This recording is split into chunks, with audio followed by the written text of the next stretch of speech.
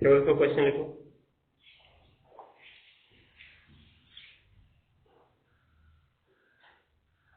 Sodium carbonate के जलीय विलयन बोले थे, देखो सोडियम कार्बोनेट के जलीय विलयन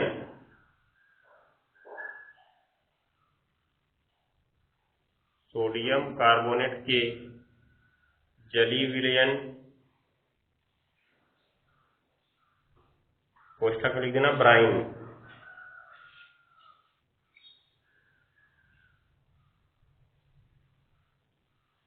ब्राइन BRIN हो गया, में हो गया ना। Ammonia, ammonia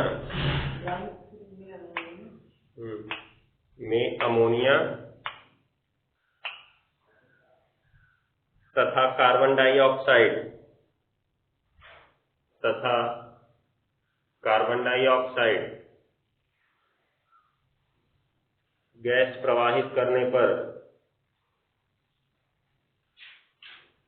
carbon dioxide gas प्रवाहित करने पर कार्बन डाइऑक्साइड गैस प्रवाहित करने पर हो गया, क्या बनता है या क्या होता है, हो गया।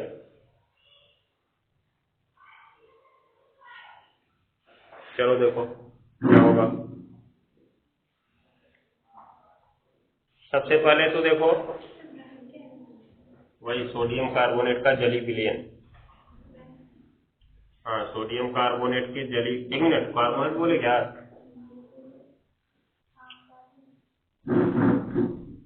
सोडियम क्लोराइड बना लो, सोडियम क्लोराइड है, सोडियम क्लोराइड का जलीय विलयन। सबसे पहले ही सवाल में सबसे पहले सोडियम कार्बोनेट बोल दिए थे ना, सोडियम क्लोराइड बना लो। सोडियम क्लोराइड का जलीय विलयन अर्थात नमक का जो जलीय विलयन होता है उसे हम ब्राइन कहते हैं। NaCl + H2O, ये हो गया ब्राइन। इसमें अमोनिया प्रवाहित करनी है और कार्बन डाइऑक्साइड गैस प्रवाहित करनी है। तो देखो यहाँ पे जो NH3 है वो NH4+ में बदलेगा अर्थात अमोनियम आयन बनाएगा। क्या बनाएगा? Ammonium ion. अब अमोनियम आयन रेखीय आयन से ही क्रिया कर सकता है।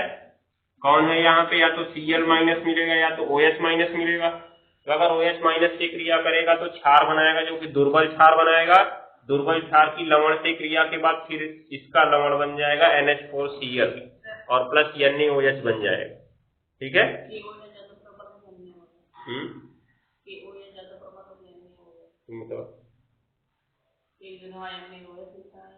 कहाँ पे? जो वो कुछ महत्वपूर्ण वाला क्षार वाला भी है, उसमें पहले KOH लिखा है, उसके बाद बाकी में और यहाँ जो क्षार वाला मतलब कि उसका pH मान है, जो NaOH उसका मान 14 लिखा है। सबसे ज्यादा। और उसमें KOH का क्या लिखा है?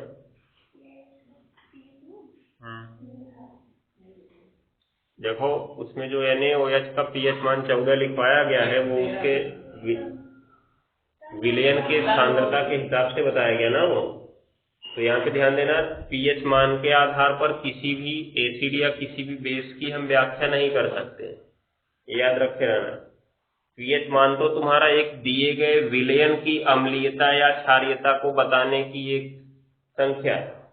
अभी उसको हम तनु कर दें pH मान कम होता जाएगा, सांद्र कर दें pH मान बढ़ता जाएगा, ये याद रखे रहना। तो pH मान से किसी की तुम व्याख्या नहीं कर सकते। कहने का मतलब हमने pH मान उसका 14 बता दिया, लेकिन उसी के पीछे 13 भी लिखवाए होंगे, लिखवाए थे, और उसको तनु कर दो 13 से 12 भी हो जाएगा, और ज्यादा तनु कर दो 12 से 11 10 भी हो जाएगा। तो पता चला तनु कर करके हम उसको 8 ले आ दिए, कह दिए, तब तो NaCl क्या, ये NaOH क्या हो गया? दुर्बल हो गया। है समझ में?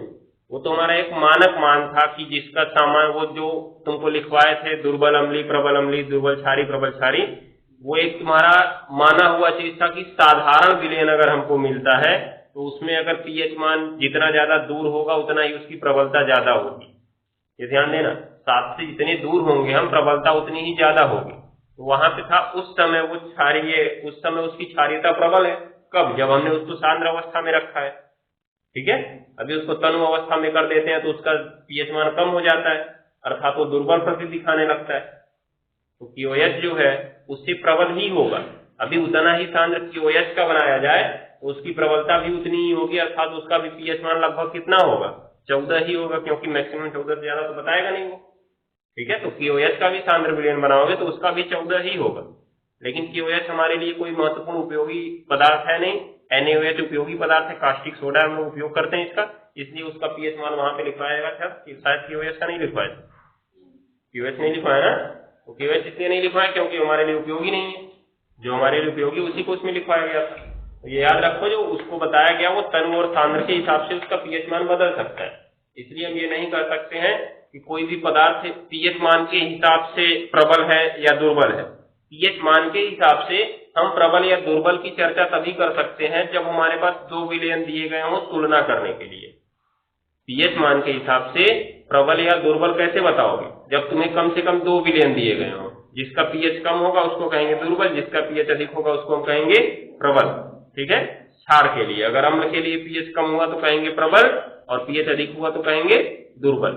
ठीक है, ये याद रखे रहना। पीएच के आधार पर नहीं बता सकते हो कौन प्रबल है कौन दुर्बल है। वो तो उसको जैसे जैसे सांद्र करते गए प्रबल होता जाएगा, तनु करते गए तो क्या होता जाएगा? दुर्बल होता जाएगा। अब एक चीज सोचो, जो तेजाब का प्रयोग हम लोग करते हैं बैटरी का पानी घर पे, अभी उसका पीएच मान निकालोगे लगभग 7 के पास आएगा, लगभग 7 के पास आएगा, क्योंकि उसको इतना तनु बना दिया जाता है कि उसमें हाइड्रोजन आयन केवल नाम मात्र का रहता है। तो लगभग 7 के पास आएगा तो हम कहेंगे वो H2SO4 का विलयन है ना, तो कह दें कि H2SO4 दुर्बल है। ऐसे कह दिया जाए कि H2SO4 दुर्बल है? नहीं कह सकते, क्योंकि H2SO4 को हम जानते हैं प्रबल अम्ल है ना। तो इसीलिए ध्यान देना, विलयन के पीएच के आधार पे कभी भी अकेले व्याख्या नहीं कर सकते हैं कि वो प्रबल है या दुर्बल है, क्योंकि उसको तनु सांद्र बना लो बदलता जाएगा पीएच मान। ठीक है, वो तो उसके गुण के आधार पे बताया जाएगा ना कि कौन प्रबल है। हम H2SO4 के गुण के आधार पे बताते हैं। क्यों? क्योंकि ये खनिज अम्ल है, और सभी खनिज अम्ल क्या होते हैं? प्रबल अम्ल होते हैं, अर्थात त्वचा पे पड़ने पर फफूंदे निकाल देते हैं, अर्थात जला देते हैं उसे। ठीक है, वो तो उसकी अपनी प्रकृति है कि जला देगा। उसके गुण के आधार पे हमने उसको प्रबल कहा था, न कि उसके पीएच मान के आधार पे हमने उसको प्रबल कहा था। वैसे इसमें जो कतैलापन है या कहे तो तीक्ष्णता है, तीक्ष्णता के आधार पे KOH को हमने NaOH से अधिक क्षारीय कहा था। KOH की तीक्ष्णता जो होती है NaOH से क्या होती है? अधिक होती है। ठीक है, अब पीएच मान के आधार पर पता चला इसका हम सांद्र बना लिए और इसका क्या बना लिए? तनु बना लिए। तो कह देंगे कि इसका कम हो गया और इसका क्या हो गया? अधिक हो गया। तो ये तो उल्टा क्रम हो गया ना। लेकिन इसको मत देखना, क्योंकि तो पीएच के आधार पे हमने बताया ना इसको। लेकिन इनके गुण के आधार पे देखेंगे तो जो KOH होगा वो क्या होगा? इससे प्रबल क्षारीय होगा। याद रखे रहना, पीएच से कभी नहीं बता सकते हो कि कौन ज्यादा प्रबल है कौन ज्यादा दुर्बल है। चलो यहाँ पे देखो रिएक्शन में क्या होता है। तीर के बाद ये जो तुम्हारा है NH4 बनाता है, इसका एक हाइड्रोजन लेके, ठीक है, और Cl के साथ जुड़ जाता है तो क्या बना लेता है? NH4Cl। और जब भी CO2 इधर रहता है तो उधर जाके उसको कार्बोनेट अवश्य बनना है। क्या बनाना है? कार्बोनेट। लेकिन एक चीज देखो, CO2 जो है, अभी एक चीज देखना, NH3 इसके H के पास गया तब NH4 प्लस बनाया था, इसका H प्लस निकल गया तो कौन बचा? OH माइनस बचा, और ये Cl माइनस फिर इसके पास चला गया तो इसने तो अपना NH4Cl बना लिया। बचा कौन? Na प्लस बचा, OH का माइनस बचा, और क्या बचा? CO2। तो CO2 तो O से मिलके क्या बना लिया? CO3 बना लिया। लेकिन साथ में H भी तो है। H क्या बनाया? CO3 पे 2 माइनस बनाया, H प्लस बनाया, और Na क्या बनाया? प्लस बनाया। कुल मिला के एक ही साथ जुड़ गए, प्लस प्लस मिलके कितना प्लस? 2 प्लस, और ये 2 माइनस। 2 प्लस से 2 माइनस कट गया और यौगिक क्या बन गया, NaHCO3।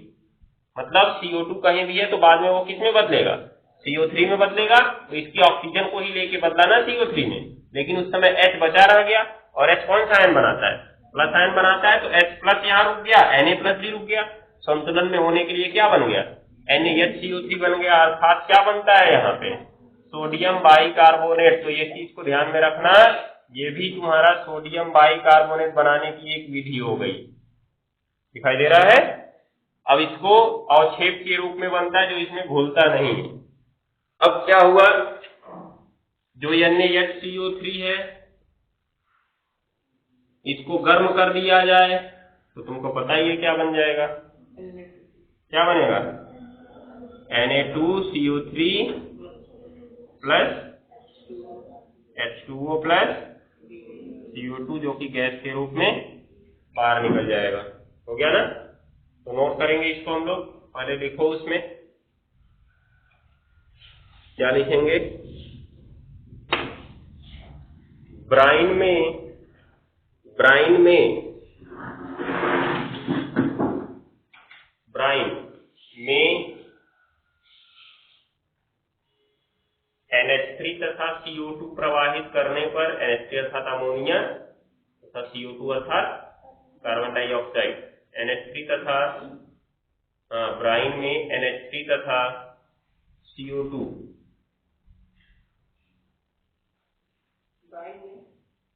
NH3 तथा CO2 प्रवाहित करने पर सोडियम बाइकार्बोनेट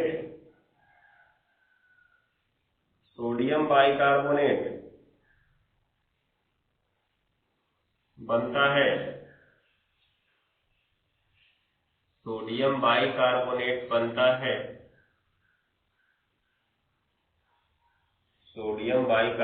बनता है। हो गया। जिसे गर्म करने पर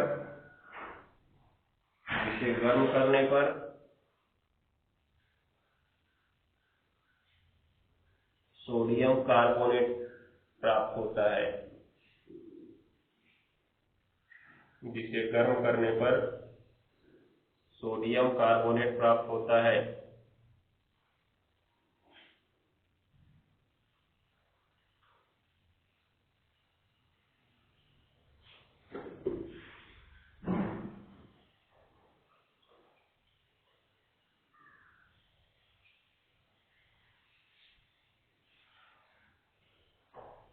जिसे गर्म करने पर सोडियम कार्बोनेट प्राप्त होता है। हो गया।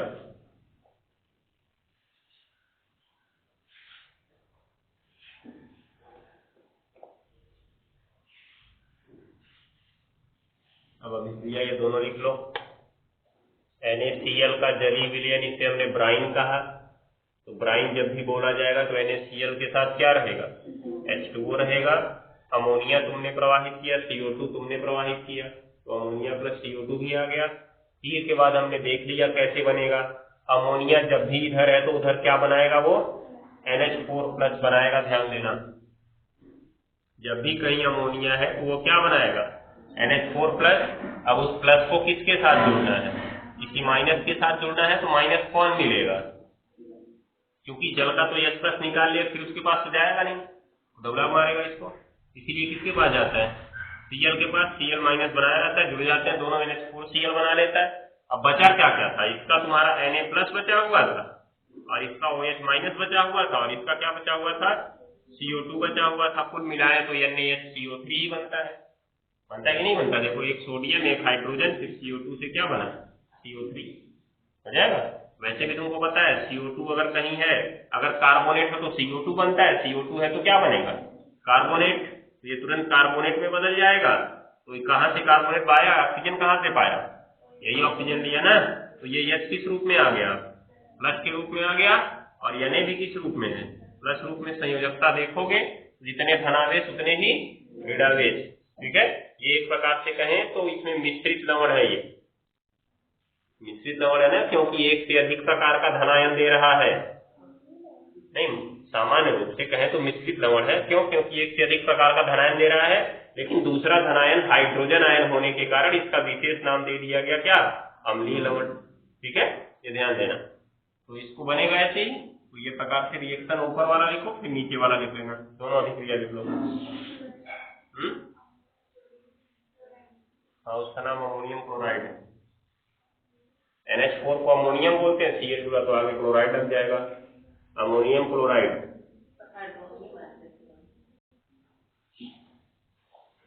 अगला नंबर लिखना है, क्वेश्चन 1 हो गया ना।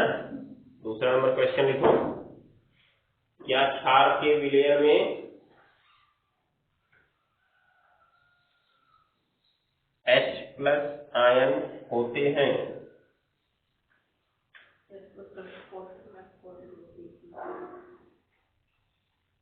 क्या क्षार के विलयन में, क्षारकीय है ना, क्षारकीय विलयन लिखना।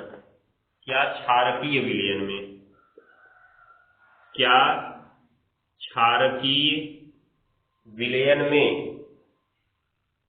H+ आयन होते हैं?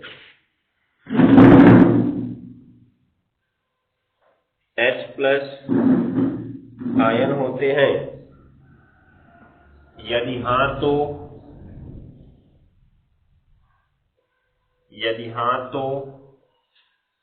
विलयन क्षारकीय क्यों होता है? यदि हाँ तो विलयन क्षारकीय क्यों होता है?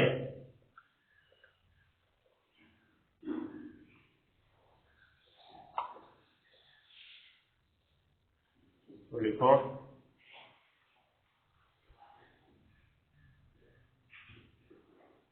आंसर में लिखो। हाँ, क्षारकीय विलयन में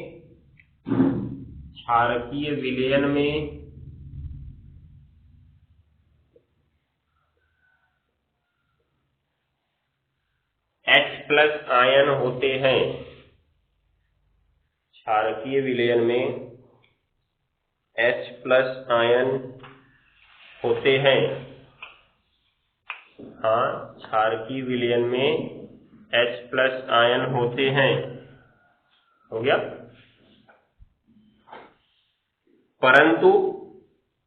परंतु विलयन क्षारकीय होता है। परंतु विलयन क्षारकीय होता है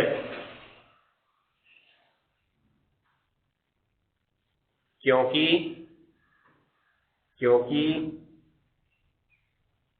विलयन में उपस्थित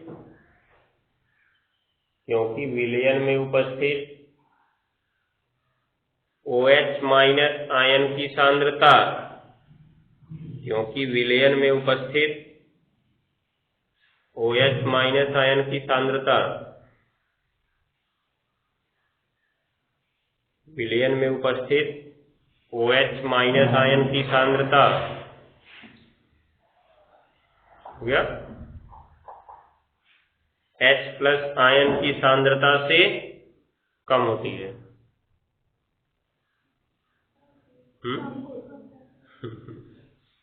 क्या लिखे? H+ आयन की सांद्रता से अधिक होती है। क्यों अधिक होगी? क्योंकि विलयन क्षारकीय है ना, बेसिक है, तो बेसिक होगा। तो कब बेसिक होता है? जब OH- अधिक होता है, तभी तो याद रखे ना, मतलब कुछ पढ़े लिखे हो तुम लोग। चलो,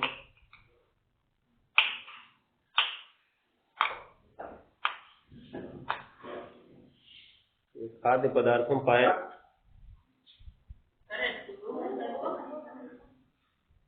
ठीक है। तो हम देख सकते हैं, खेत की मिट्टी में हमने बुझा हुआ चूना क्यों प्रयोग किया?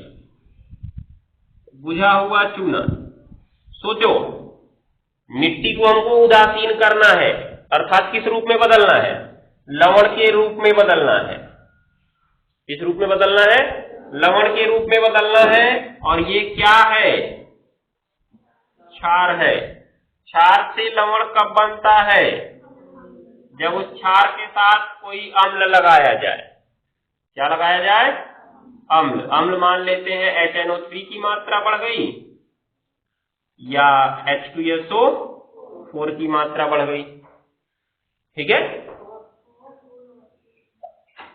H2SO4 ये दोनों आपस में क्रिया कर लेंगे, लवण बना लेंगे। अगर NO3 है तो CaNO3 ट्वाइस बनेगा, या बनेगा CaSO4 बनेगा, और प्लस में क्या बनेगा?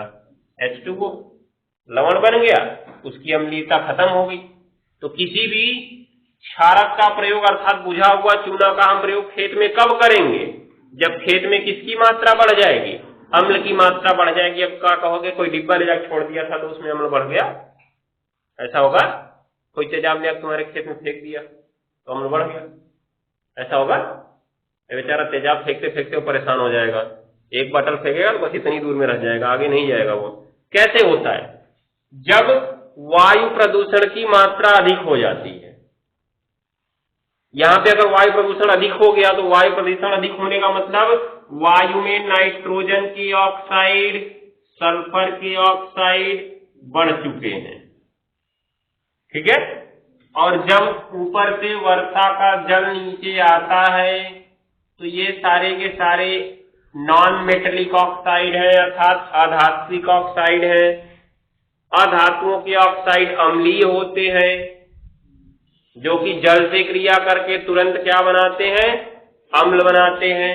तो N2O5 ऊपर से गिरने वाले जल से क्रिया करके हवा में ही HNO3 बना लेता है, ये H2SO3 बना लेता है, और ये H2SO4 बना लेता है। ये सारे के सारे क्या हैं? एसिड हैं। उसी वर्षा के पानी के साथ जमीन पे आते हैं, और जमीन में किसकी मात्रा बढ़ जाती है? अम्ल की मात्रा बढ़ जाती है, इसलिए हम चूने की बरसात कर देते हैं। ठीक है, फिर से उदासीन हो जाता है, मिट्टी हमारी काम की हो जाती है। समझ में? इसी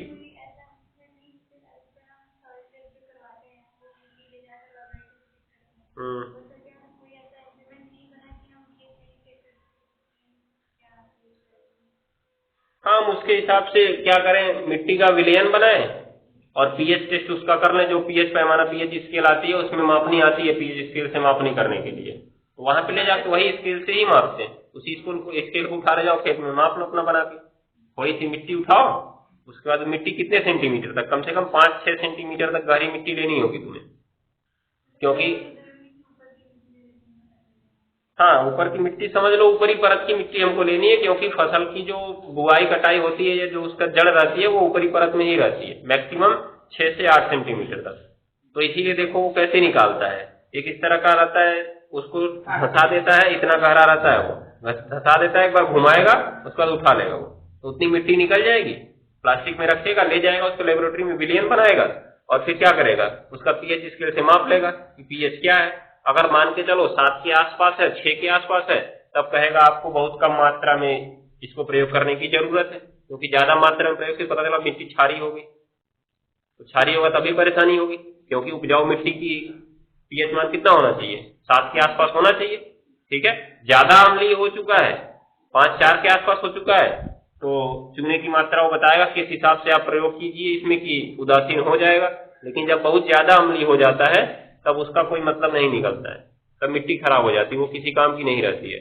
तब एक ही ऑप्शन बचता है हमारे पास, या ऊपरी परत निकलवा दें, उस ऊपरी परत निकलवा दें, निचली परत में फिर से निचली परत तो उपजाऊ उस समय रहेगी नहीं, उसमें खाद का प्रयोग करके, जैविक खाद का प्रयोग करके धीरे धीरे 1-2 सीजन के बाद उसको उपजाऊ बना लें।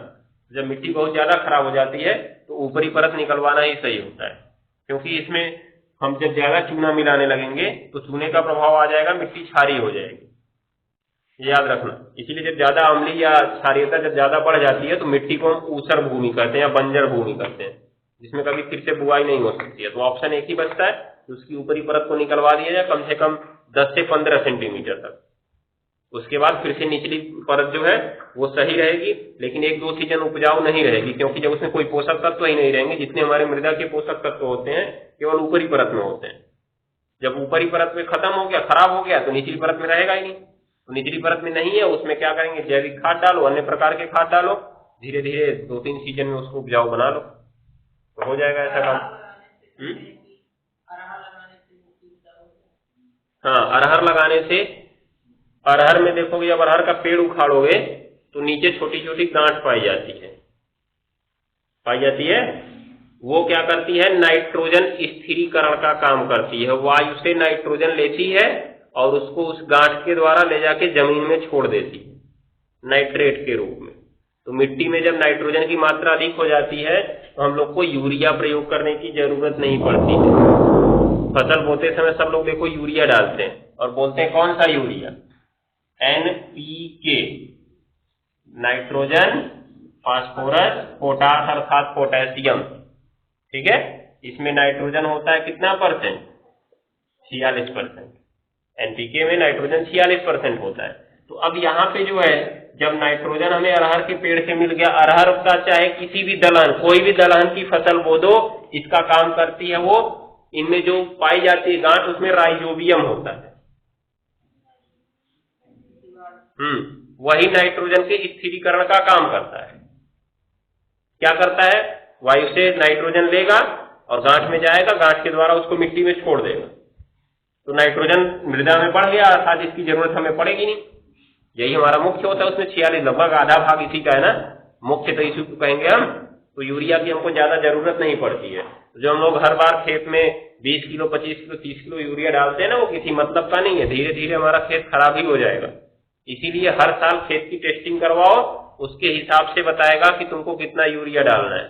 जितना हम लोग यूरिया डालते हैं एक अनुपात हम लगा लेते हैं, कितने में 1-2 किलो डालना है, 10 किलो डालना है, लेकिन ऐसा नहीं करना चाहिए। जांच करवाओ, तुमको खुद पता चल जाएगा जो काम तुम 20 किलो में कर रहे हो वो 2-2.5 किलो में ही काम चल जाएगा। तुमको लगता है कि हम 20 किलो प्रयोग करते हैं तो हमको ज्यादा फसल मिलती है, ऐसा कुछ नहीं होता है। अगर टेस्टिंग करवाओ तो हो सकता है तुम 4 किलो में ही उतनी फसल पा जाओ, तो फायदे में रहो। यहाँ पे कहेंगे अरे हम तो घाटे में आ गए, 30 किलो 40 किलो यूरिया डाले थे, इतना गेहूं डाले थे, ये किए थे, वो किए थे। इतना प्रकार का डालने को मतलब नहीं होता। क्यों डालते हो तुम, देख के डालते हो। वो ऐसा कर रहा है तो हम भी ऐसा करेंगे, लेकिन उसकी टेस्टिंग करवा के करो ना तुम अपना। वो फिक्स कर लिया ना, हर साल उतना ही डालते हैं। अरे ऐसा नहीं होता है कि जो तुमने यूरिया डाला केवल इसी साल वो खत्म हो जाएगा, वो 1-2 सीजन तक बना रहता है। तो ये थोड़ी ना कि हर साल तुम 20-20 किलो झोंके जाओ उसमें, ऐसा नहीं करना चाहिए। जांच करवा लो, तुमको खुद पता चल जाएगा कितना करना है, क्योंकि इतना हम लोग उर्वरक प्रयोग कर चुके हैं ऑलरेडी, उसमें पोषक तत्व ज्यादा मात्रा में। इसलिए हो सकता हो 1-2 सीजन तक हमको पोषक तत्व प्रयोग करने की जरूरत ही न पड़े। एक साल बिना यूरिया के बो के खेत देख लो, जिस खेत में बहुत ज्यादा यूरिया पड़ता हो, अगले साल बिना यूरिया के बो के देख लो, फसल उतनी ही पाओगे, तुम्हें कोई परेशानी नहीं होगी। क्योंकि उसमें हमेशा के लिए क्या 1-2 सीजन के लिए एक्स्ट्रा पोषक तत्व उपस्थित हो जाएंगे। ऐसा तो है नहीं कि जो पेड़ है वो जितना पाएगा उतना खाता चला जाएगा। इतना पेड़ है उतना ही तो खाएगा, वो अपने मन से तो खाएगा नहीं। वो जितनी जरूरत है उतना ही लेगा, बाकी का छोड़ देगा उसमें, मिट्टी को खराब करेगा बार बार। जब हमेशा प्रयोग करेंगे मिट्टी खराब हो जाएगी। चलो देखते हैं, तो क्वेश्चन उतार लो, इसको भी उतारो, किताब में देखिए क्वेश्चन उतारो। कोई किसान खेत की मृदा, कोई किसान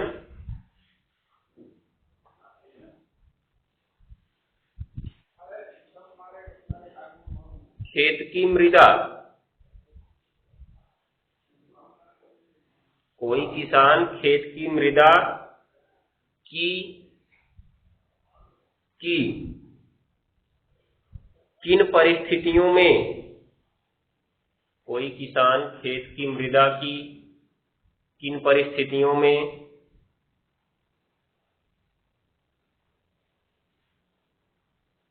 कोई किसान खेत की मृदा की किन परिस्थितियों में बुझे हुए चूने का उपयोग करेगा।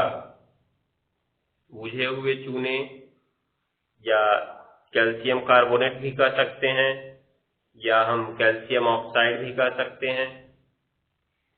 बुझे हुए चूने का उपयोग करेगा।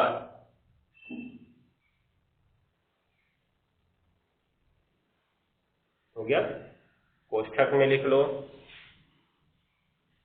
कैल्शियम कार्बोनेट या कैल्शियम ऑक्साइड का भी उपयोग कर सकता है।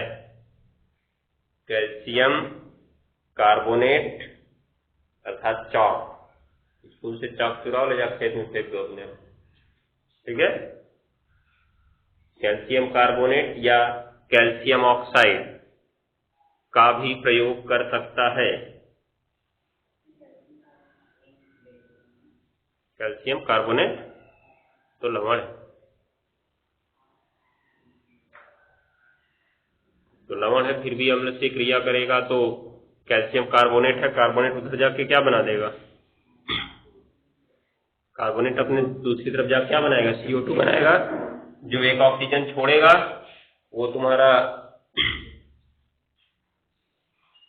जो वो कैसे होगा, CaCO3 प्लस H2SO4, फिर के बाद CaSO4 बन जाएगा प्लस H2O बनेगा, जो एक ऑक्सीजन छोड़ा हुआ H2 से जुड़ेगा, और प्लस क्या बनेगा, CO2। ये विक्रिया होगी इसकी, फिर भी तो लवण बन गया, अर्थात फिर भी ये उदासीन हो गया। तो ये कहाँ पे था, अम्ल था, और ये क्या है, ये भी तो एक लवण, ये क्षार नहीं है, लवण है। ठीक है, तो याद रखे रहना, लवण ने अम्ल से क्रिया किया। अभी देखो क्षार होता तो अम्ल से क्रिया करके खाली लवण और जल बनाता, यहाँ पे क्या बना है, कार्बन डाइऑक्साइड भी बना हुआ है। तो ये उदासीनीकरण की प्रक्रिया मत समझ लेना इसको कि उदासीनीकरण वाला है अम्ल और क्षार की क्रिया से लवण और जल का बनना। चलो आगे बढ़ो, कहां तक लिखे, प्रयोग कर सकते हो गया ना। अब लिखेंगे, क्योंकि आंसर में लिखो, इसके आंसर में, क्योंकि बुझा हुआ चूना, एक मिनट ऐसे लिखो, एक मिनट रुक जाओ, बुझा हुआ चूना मत लिखो, चूंकि हो गया, मिट्टी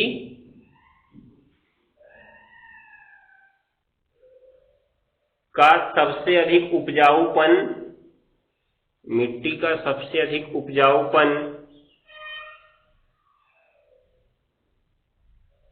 हो गया pH 7, pH 7 कोष्ठक में लिख देना, उदासीन,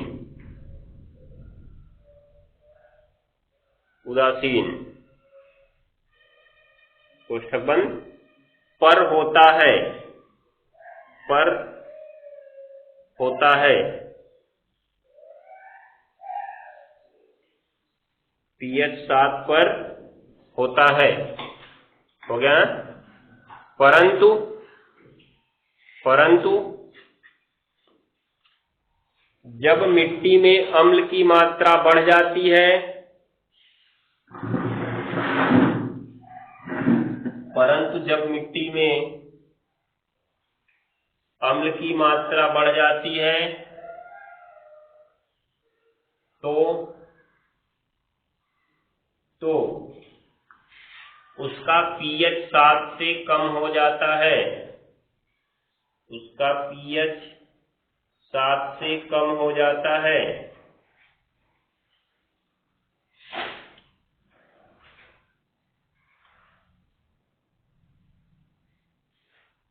हो गया, उसका pH 7 से कम हो जाता है। अतः इस स्थिति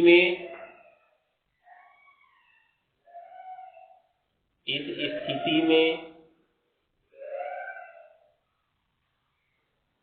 CaOH ट्वाइस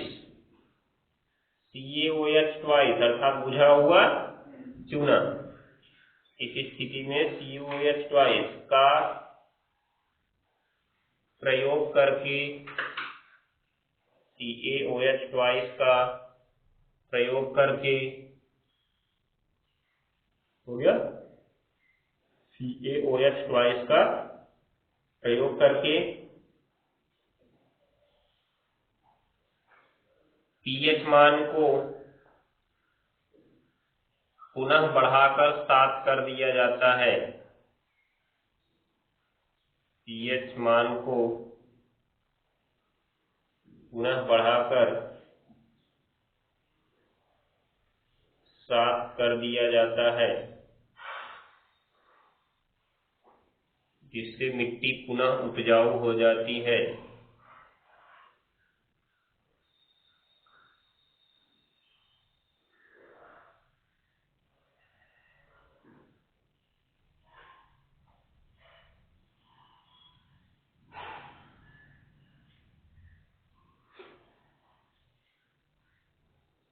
हो गया बस। चलो कल अगला चैप्टर शुरू करेंगे।